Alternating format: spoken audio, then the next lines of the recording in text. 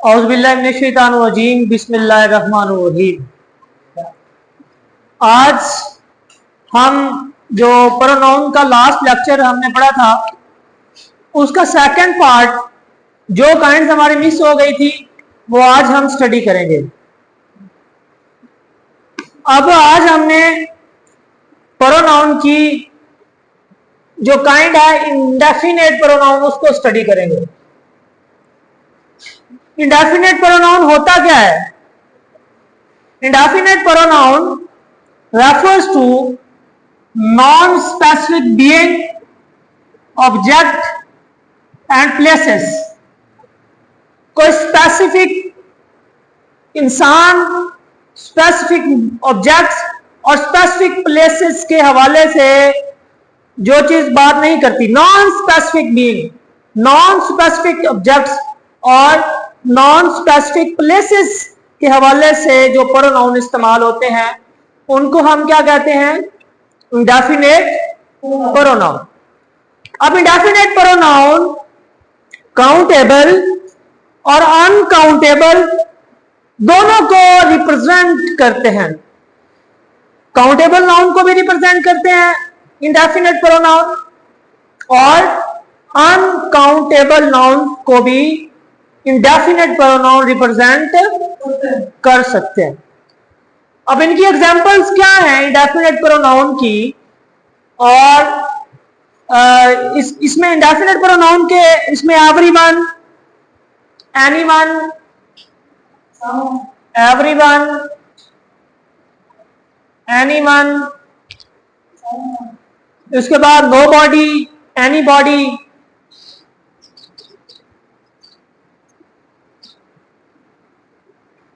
वगैरह, ये क्या है? इंडेफिनेट प्रोनाउन है। अब इंडेफिनेट प्रोनाउन को हमेशा एज ए सिंगुलर नाउन लिया जाता है, क्योंकि ये सिंगल एंटिटी और सिंगल ऑब्जेक्ट को रिप्रेजेंट कर रहे होते हैं। बात समझ रहे हैं? अब इंडेफिनेट प्रोनाउन हम as to person, as to object, as to place और एज टू मैनर पढ़ेंगे। अब इंडेफिनेट प्रोनाउन का एक टेबल हम बनाते हैं, उसमें पर्सन, ऑब्जेक्ट, प्लेस, मैनर। अब इसमें एज टू पर्सन अगर हम देखें, somebody, anybody, everyone, no one, someone, somebody, everyone, everybody, no one, nobody। ये क्या है? Indefinite pronoun as to person है। बात समझ आ गई? अब इसके अलावा as to object something, anything, everything, nothing, something, anything, everything, nothing. बात समझ आ गई? इसके बाद as to place somewhere, anywhere, everywhere, nowhere, somewhere, everywhere, nowhere और anywhere, कहीं भी।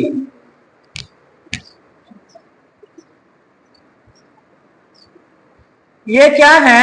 as to place। और as to manner, somehow और anyhow। कैसे? somehow, anyhow।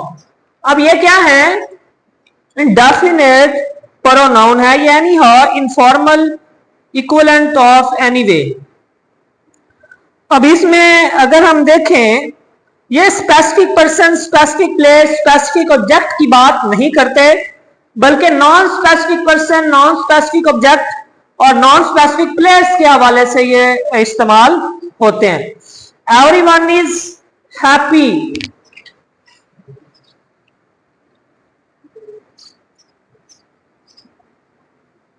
No one was there, कोई भी वहां नहीं था। अब यहां नो वन और एवरीवन क्या है? इंडेफिनेट नाउन है। बात समझ आ गई है?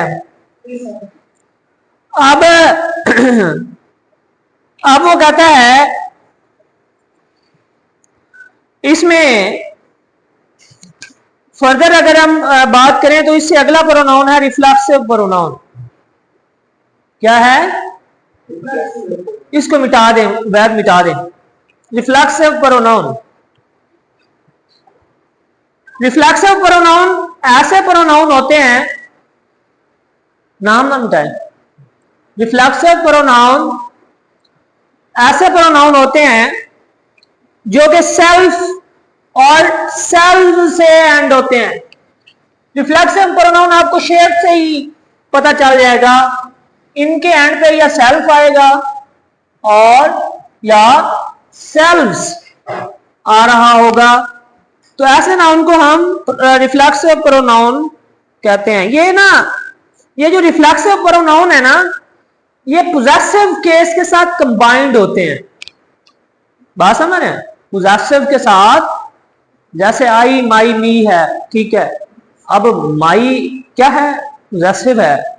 माई सेल्फ, देम, दे का देम है ना पोजेसिव, देम सेल्फ। बात समझ आ रही है? Her self.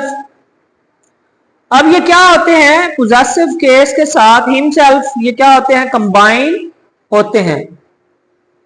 अब रिफ्लेक्सिव प्रोनाउन में सब्जेक्ट और ऑब्जेक्ट भी सेम होते हैं। ये पोजेसिव के साथ कंबाइंड होते हैं और इनके सब्जेक्ट और ये ऑब्जेक्ट में क्या होते हैं? सेम होते हैं। बात समझ आ रही है या नहीं आ रही? अब जैसे आई, माई सेल्फ, अब ये तकरीबन टोटल 9 ऐसे वर्ड्स हैं जिसमें मैं इसमें डिस्कस करता हूं। इसमें माई सेल्फ है, यूअर सेल्फ है, देम सेल्फ है, अवर सेल्फ है, हर सेल्फ है, हिम सेल्फ है, वन सेल्फ है, इट सेल्फ है एंड यूअर सेल्फ है। अब टेबल जो रिफ्लेक्सिव प्रोनाउन याद रखने के लिए मैं इधर ड्रा करता हूं। रिफ्लेक्सिव प्रोनाउन का टेबल, इसमें first person reflexive pronoun, second person reflexive pronoun और थर्ड पर्सन रिफ्लेक्सिव प्रोनाउन जो है वो हम देखते हैं। फर्स्ट पर्सन क्या है? कोई बंदा बता? आई, वो, गुड, ठीक है। आई है, वो, मी, ठीक है। आप इसका सिंगुलर देखें, आई सिंगुलर में रिफ्लेक्सिव प्रोनाउन क्या है? आई है ना, मी। तो इसमें पहले सिंगुलर और प्लूरल, आई है सिंगुलर ना, तो इस रिफ्लेक्सिव प्रोनाउन क्या है? My self. इधर वही है ना, दरवाजा खोल दें यार, जल्दी खोलें, वही है ना। तो इसमें क्या है reflexive pronoun? Ourselves, ourselves. Second person में यू है, ठीक है। यू जब सिंगुलर है आएगा तो उसमें क्या है? Reflexive pronoun yourself. और जब यही यू सेकंड पर्सन में जमा में आएगा तो क्या आएगा? Yourselves. बात समझ आई? थर्ड पर्सन में क्या है? ही, ठीक है, शी और इट, ठीक है। ही का हिमसेल्फ, शी का हर सेल्फ, इट का इट सेल्फ।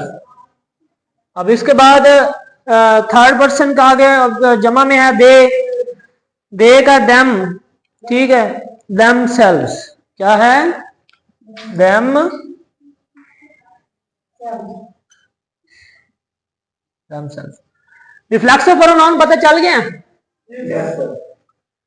जो के सेल्स पे एंड होते हैं, ठीक है। अब मुख्तलिफ फॉर्म में ये इस्तेमाल होते हैं। इसके बाद है आगे डिस्ट्रीब्यूटिव प्रोनाउन, ये मिटा दो उधर। अगला क्या है, डिस्ट्रीब्यूटिव प्रोनाउन।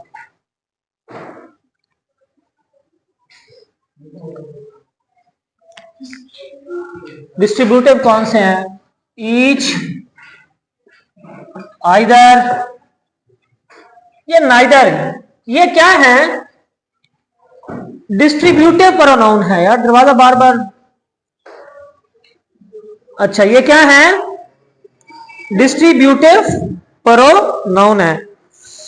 अब इसमें क्योंकि ये पर्सन और थिंग्स, अब ये डिस्ट्रीब्यूटिव प्रोनाउन है ना, ये पर्सन को या चीजों को एक का हवाला कर देते हैं, ठीक है।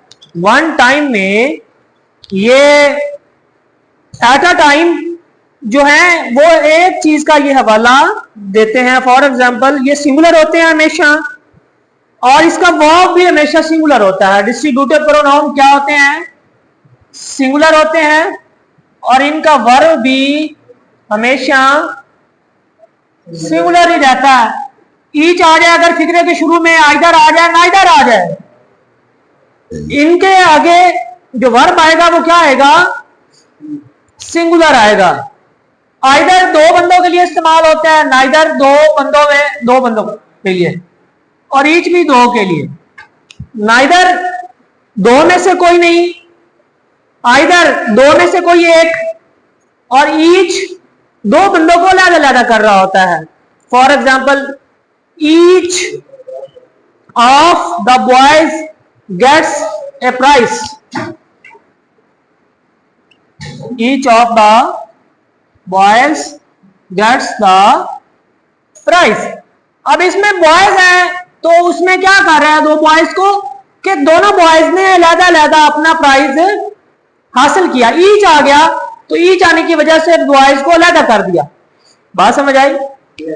अब इसके बाद आगे बात करता है, each took it in turn, हर ने अपनी बारी ली दोनों में से। अब आगे either of these roads leads to the railway station। अब वो दो रोड्स के सामने खड़ा है और वो गैस लगा रहा है कि इनमें से कोई एक रोड रेलवे स्टेशन की तरफ जाता है, ठीक है। Either of these road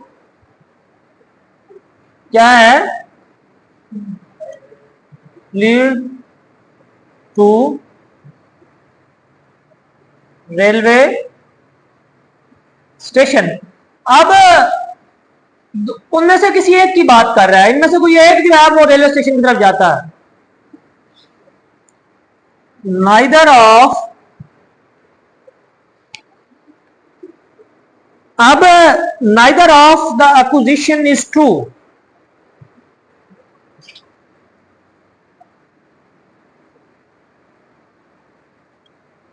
confession is true, confession होता है जुर्म को तस्लीम करना। अब दो बंदे में से दोनों ने कोई कन्फेशन किया तो वो किसी का कन्फेशन जो है वो ट्रू नहीं है। बात समझ रहे हैं? नाइदर है दोनों में से कोई नहीं, आइदर दोनों में से कोई एक, और ईच दोनों को अलग-अलग कर रहा होता है। तो ये क्या है, डिस्ट्रीब्यूटिव प्रोनाउन है। हाँ जी, कन्फेशन होता है जुर्म को तस्लीम करना। इसके बाद आगे है, इसमें वन अनदर, ईच अदर, ठीक है, ये भी क्या है, डिस्ट्रीब्यूटिव प्रोनाउन में आ जाते हैं। आगे है इंटेंसिव प्रोनाउन, मिटा दें, क्या है, इंटेंसिव प्रोनाउन है। इंटेंसिव प्रोनाउन जो है स्टेटमेंट और सेंटेंस पे जोर देता है। किस पे? स्टेटमेंट पे और सेंटेंस पे जोर देता है। और इसमें भी वर्ड सेल्फ और सेल्फ पे ऐड होते हैं, लेकिन रिफ्लेक्सिव और इसका जो इसमें भी ना इंटेंसिव प्रोनाउन में भी जो वर्ड्स हैं सेल्फ और सेल्फ पे एंड होते हैं, लेकिन इसमें और रिफ्लेक्सिव प्रोनाउन में जो डिफरेंस है वो ये डिफरेंस है कि इंटेंसिव प्रोनाउन जब एक स्टेटमेंट और सेंटेंस पे जोर देने के लिए इस्तेमाल किया जा रहा है, रिफ्लेक्सिव प्रोनाउन जब एक स्टेटमेंट पे और एक जुमले पे जोर देने के लिए इस्तेमाल किया जा रहा है तो वो क्या बन जाता है, इंटेंसिव बन जाता है। बात समझ आ गई? I myself did it, I myself did it, मैंने किया, खुद पे वो जोर दे रहा है कि मैंने ये काम किया। दे themselves डेकोरेटेड द हॉल, मतलब उन्होंने खुद वो काम किया, उन्होंने हॉल को डेकोरेट किया, जोर दे रहा है।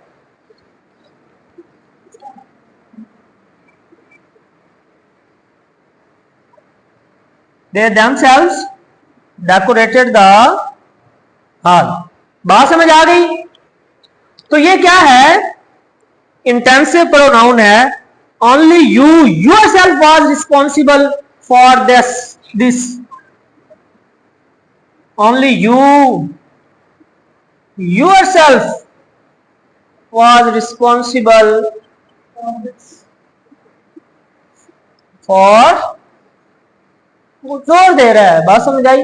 तो ऐसी सूरत में ऐसे प्रोनाउन को जब रिफ्लेक्सिव प्रोनाउन जब जोर देने के लिए इस्तेमाल होते हैं तो वो इंटेंसिव प्रोनाउन बन जाते हैं। इसके बाद इम्पर्सनल प्रोनाउन है। इम्पर्सनल प्रोनाउन क्या है ये मिटा दें उधर। इम्पर्सनल प्रोनाउन ऐसे प्रोनाउन है जो कि जनरल फीलिंग्स और ओपिनियंस को एक्सप्रेस करते हैं। किसको? Impersonal pronoun.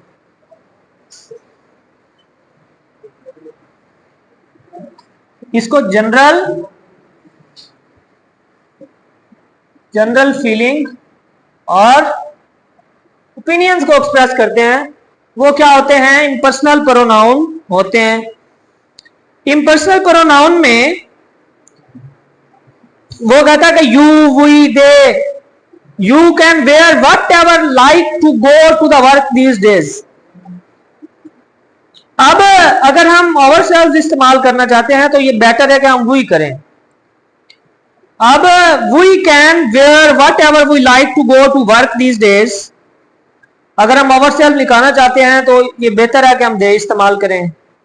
They behave really badly at football matches now days.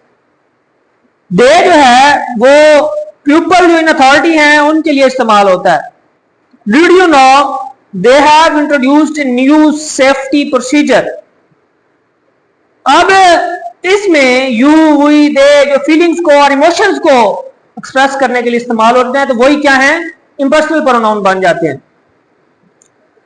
अब one can empathise with demands of striker. One होता है ना, वन कैन एम्पैथाइज, एक बंदा क्या कर सकता है? डिमांड्स ऑफ स्ट्राइकर को एम्पैथाइज कर सकता है। ये सब्जेक्ट के तौर पे, ऑब्जेक्ट प्रोनाउन के तौर पे इस्तेमाल होता है और रिफ्लेक्सिव प्रोनाउन के तौर पे भी वन इस्तेमाल होता है।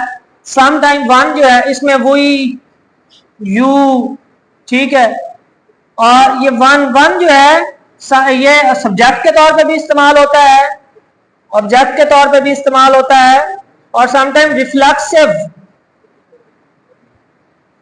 रिफ्लेक्सिव प्रोनाउन के तौर पे भी इस्तेमाल होता है। रिफ्लेक्सिव प्रोनाउन के तौर पे ये क्या आएगा? One self. अब ये क्या है? जनरल फीलिंग और ओपिनियन को एक्सप्रेस करने के लिए ये इस्तेमाल होता है। तो आज हमने जो प्रोनाउन है उसकी काइंड्स को कंप्लीट किया है। पहला जो पार्ट 1 हमारा लेक्चर था वो प्रोनाउन की कुछ काइंड्स हमने पहले लेक्चर में पढ़ी और आज सेकंड लेक्चर के अंदर प्रोनाउन हमारा कंप्लीट हो गया है। इसका कल टेस्ट होगा, आप कोशिश करें इसको